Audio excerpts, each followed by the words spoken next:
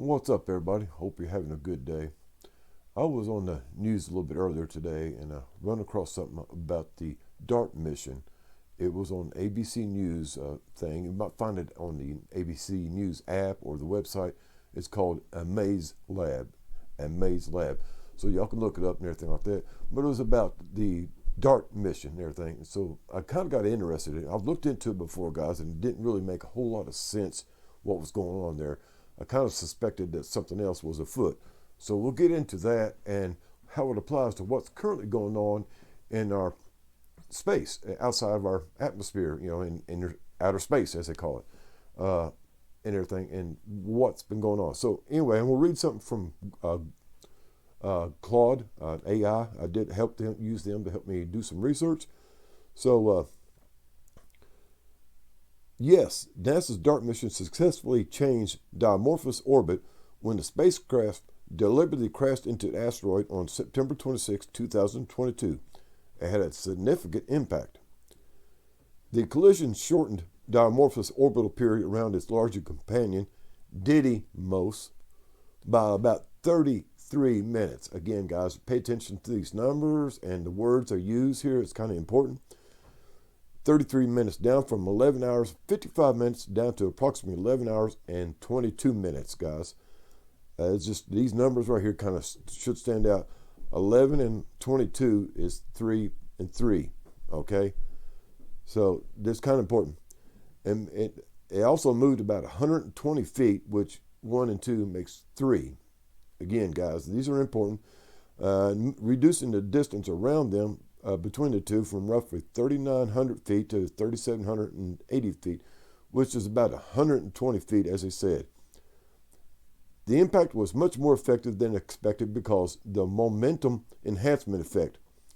While a direct collision would have changed the orbit by around 7 minutes, the recoil from the tons of rocky debris blasted into space by the impact substantially enhanced the push, similar to how a balloon shoots backwards when air is released. It also changed the Dimorphos shape into a relatively symmetrical squash ball form into an elongated watermelon shape. Watermelon shape, guys. You'll remember a couple of years ago we had this interplanetary visitor, the Umaganda, whatever you want to call it, the cigar shaped or maybe mushroom shaped. And it created a massive debris field that was quite spectacular. Here are some details. The debris tail ejected over 1 million kilograms. That's 2,200 million pounds of debris into space. And it produced a dust plume that developed into a 6,200-mile long dust trail that persisted for several months. This is about the width of the United States. The tail formed when the solar radiation pressure pushed the debris away, blah, blah, blah. The debris field, guys, was 6,200 miles. That is the range from New York to Tokyo. Across the other way, it is 80% of the diameter of Earth. That's how big it is. Now, I did ask it how big in measurement it was. We'll see about that here shortly, but it would never give me a complete answer. The boulders range, here again is a significant number. The boulders range from 3 to 22 feet in diameter. Again, 232, guys. This is Masonic numbers. All these are Masonic numbers, okay? 37 to 104 boulders was ejected, ranging in size from 2 meters to 3.6 meters in radius, shooting away at 52 meters per second. Now, I'm bringing into question about this, guys. I want to show y'all something here, if I can, real quick. Let me bring that up real quick. Is the size of this thing was approximately 4 feet by 4 feet by 4 feet, 4 feet cubed, okay? Now, it's kind of hard to imagine that size. It also weighed 1,280 pounds, guys. And I want to show y'all something right here, how big this thing was. This is one of those little French cars, I believe it was. I'm not sure the model was. But it weighed around 2,000 pounds, 2,100 pounds, guys. So this thing weighed less than this thing right here. all together with the solar cells and everything else, weighed less. In fact, guys, I did some checking here, and it weighs as much as one of these right here, a John Deere X700 series lawnmower. It weighs as much as one of these with a full-grown adult, 200 pounds, and a full load of fuel and oil and everything else. That is approximately 1,200 pounds, 1,280 pounds, all together with fuel, oil, and a person riding. Average size adult male. Okay, I'm just guessing, not average, but a 200-pound male adult, and fuel and oil. That's how big this thing. And as far as the length, this is approximately 4.5 feet long. It is approximately a little over 3.5 feet tall, and is a little over 2.5 feet wide, maybe 3 feet wide, counting the deck. So this satellite that they shot at this place was just a little bit bigger than the John Deere lawnmower you use to mow your yard. And that's kind of big, guys. Now, the debris field it put out, guys, was 6,200 miles long.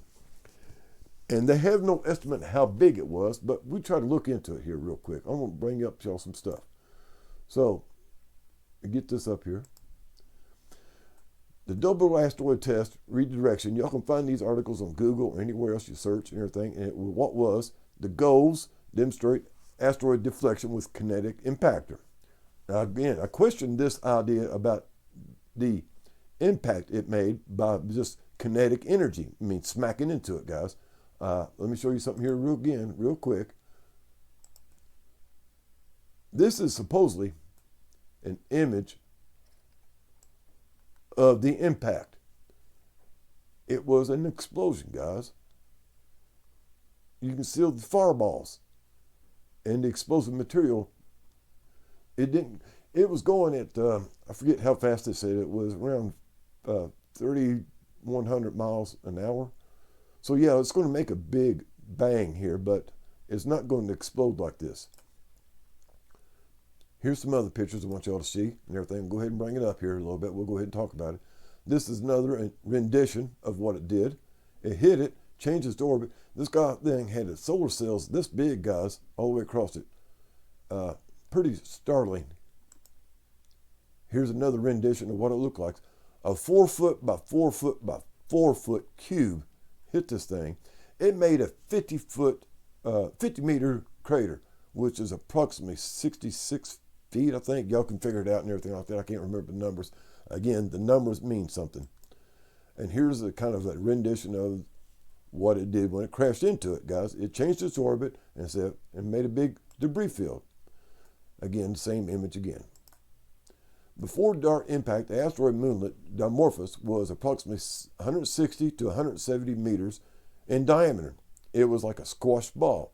But after the impact, it was a triaxial ellipsoid, or like a watermelon. Again, that thing we had come in a few years ago, guys, kind of looked like this, Ummagana, or whatever it was called, the Visitor, they called it. So it brings into question, what are they telling us about this stuff? Here's some more stuff about it right here. Squashed. Okay, here's another article to go with it. After the DART mission, the impact on its shape changed from a regular spheroid, 170 meters diameter, to a more elongated, irregular shape with significant changes to its surface, losing mass and developing a dusty trail. What do we have now flying through our near space inside of our solar system that has a big dusty trail? We don't have no real measurements. We don't have no real photographs of it except what they tell us they have. And of course, everything is blurry. Now, the end result is approximately 80 meters by 100 meters. Y'all can do the math on this.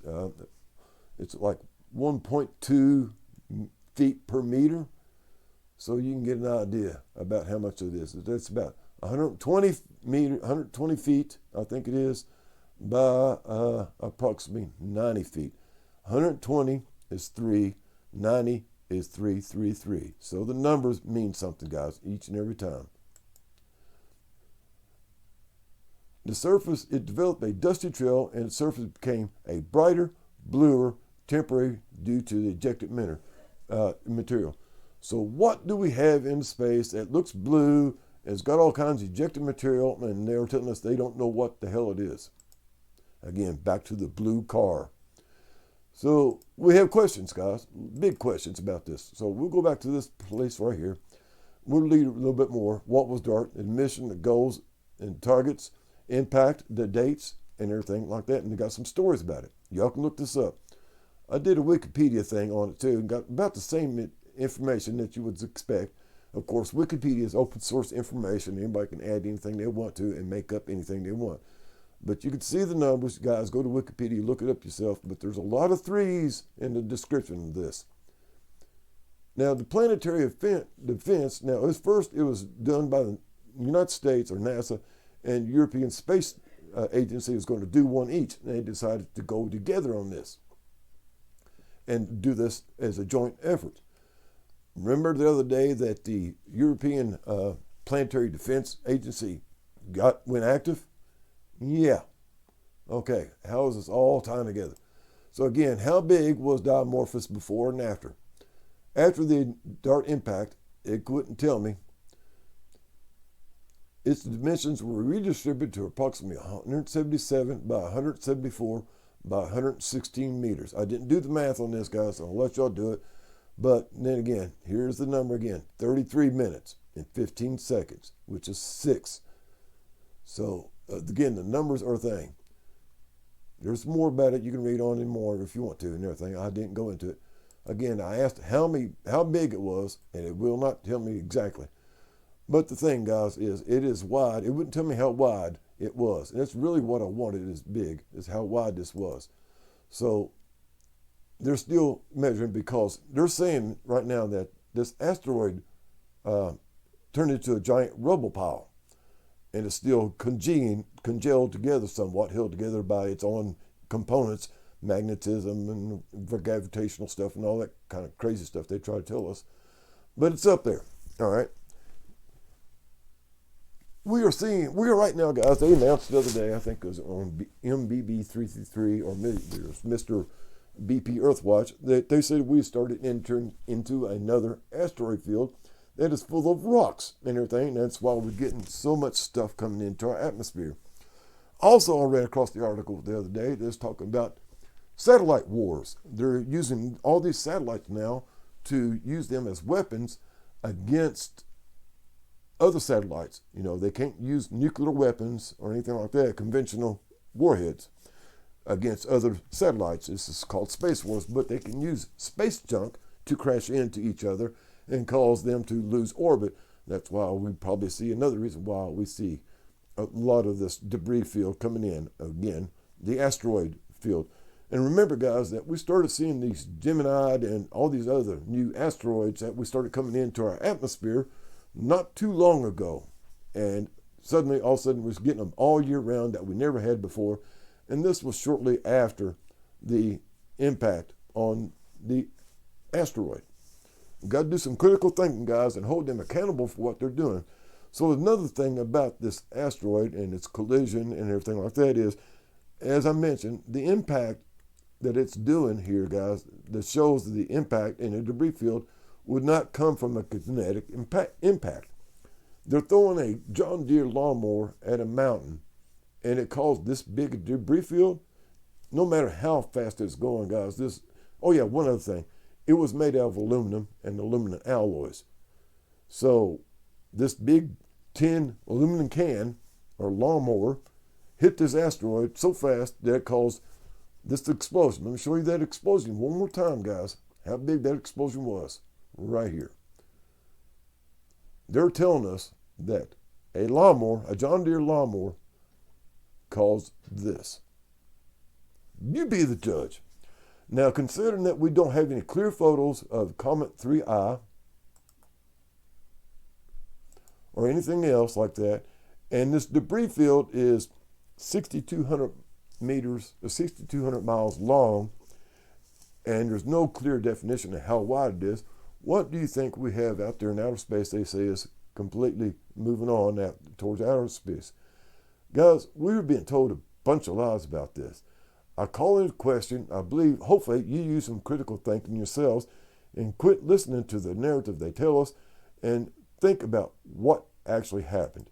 I think NASA or whoever is responsible hit this asteroid with a nuclear or thermonuclear bomb or maybe hydrogen, who knows, and it caused the destruction of this asteroid, and that's why we are experiencing so many asteroids recently in the last several years. So that's about it, guys, about this.